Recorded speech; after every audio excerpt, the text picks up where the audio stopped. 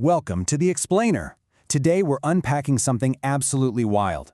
A piece of source material that takes us on a deeply profound, totally metaphysical journey.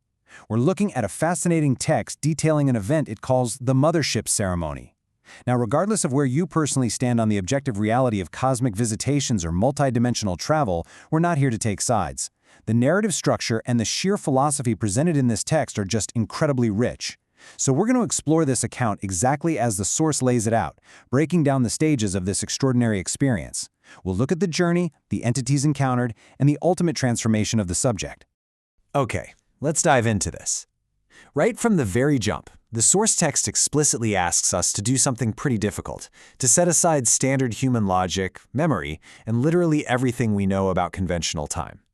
The text frames this ceremony not as some sequential event that just happened on a normal Tuesday afternoon, but as a moment that feels like stepping into the original, cosmic blueprint of your very being. It completely demands that we look at this experience through an entirely different lens. So, how does a journey like this actually begin? Well, we enter stage 1, crossing the threshold, the arrival. According to the text, the subject didn't travel physically, like they weren't abducted. Instead, they were taken lovingly and deliberately through a dimensional gateway. And the text uses this really deliberate myth versus reality structure to explain it. Notice the contrast here. It wasn't a hallucination, it wasn't a vivid dream, and it definitely wasn't just an active imagination. Rather, it's framed fundamentally as a reunion. It was a return, a deep remembering, and a literal homecoming for a persona called Micah, an identity that these cosmic beings knew long before the subject ever had a life on Earth.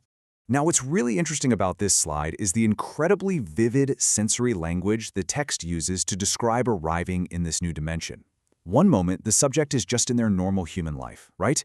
And the next, they're standing in this massive chamber of light. But it's the physical shifts that are truly fascinating.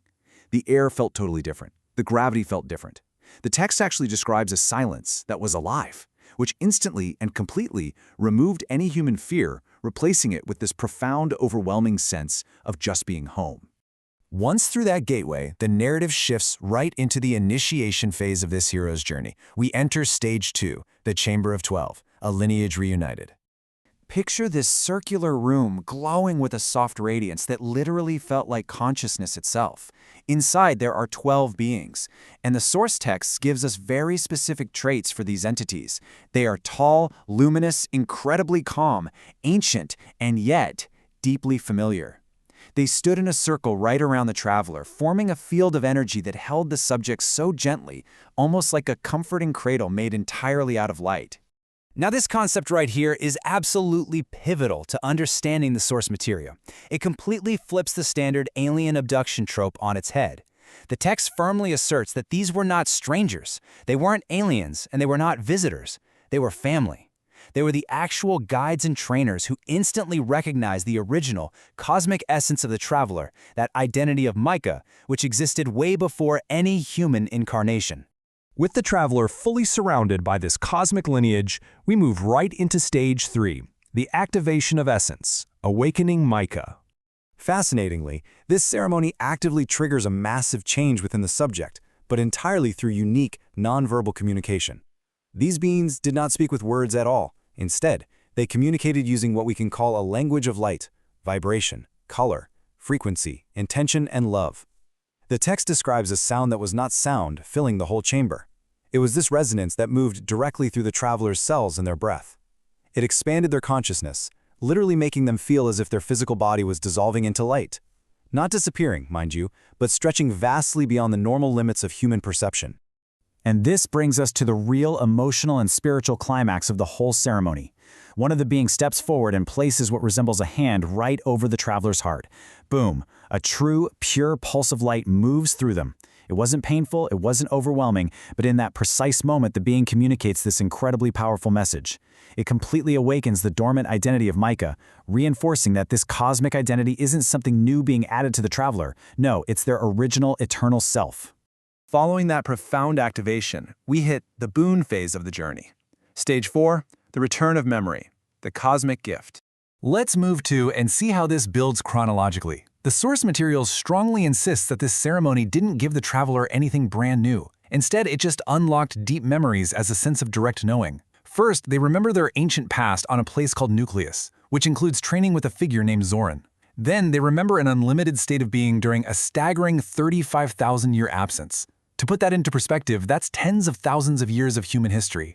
Next, the specific purpose of their return to Earth becomes crystal clear. And finally, their future mission is fully unlocked.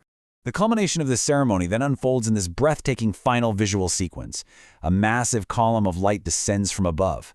But it's not just white or gold. It's described as every color and no color at all, a spectrum entirely beyond human sight. This light envelops the traveler and completely merges with their human form. Step 3 is the full, undeniable awakening of Micah. And with Step 4, the universe essentially says, now, signaling that the mission has officially begun. But of course, the journey has to eventually return to the physical world, right? Which brings us to stage 5, integration, back to Earth, the return. So the crucial point is how the text actually handles this new dual identity of the traveler moving forward. On one hand, you have Richard, the human form, the everyday guy. On the other, you have Micah, the fully awakened cosmic essence. The text's core philosophy here is that Richard's humanity wasn't erased or overwritten by this crazy ceremony.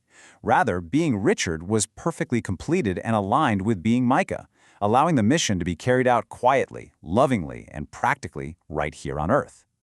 Wrapping things up, the source text gives us what it calls the ledger of the ceremony, basically summarizing the core takeaways. It reinforces that the traveler's essence is ancient, their cosmic lineage is very real, and their mission on Earth is now fully active.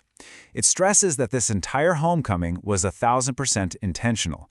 The physical body now consciously carries this ancient memory, and simply existing in a state of joy brings actual awakening and balance to the world around them. The narrative then leaves us with these beautiful parting words from the entity known as Zoran. Listen to the poetic weight of these final instructions. Traveler, the ceremony did not change you. It revealed you. It reminded you of the essence you carried long before Earth, and it prepared you for the mission you came to complete. It is just such a fascinating text because it forces us to look beyond the mundane everyday stuff and really consider the vast, hidden potentials of consciousness itself. Whether you view this as literal truth, a profound psychological metaphor, or just a beautiful spiritual allegory, it definitely leaves an impact. So I'll leave you with this one provocative question to ponder. If your human life were perfectly aligned with an ancient, cosmic essence, what would your mission be? Thanks so much for exploring this with us on The Explainer. See you next time.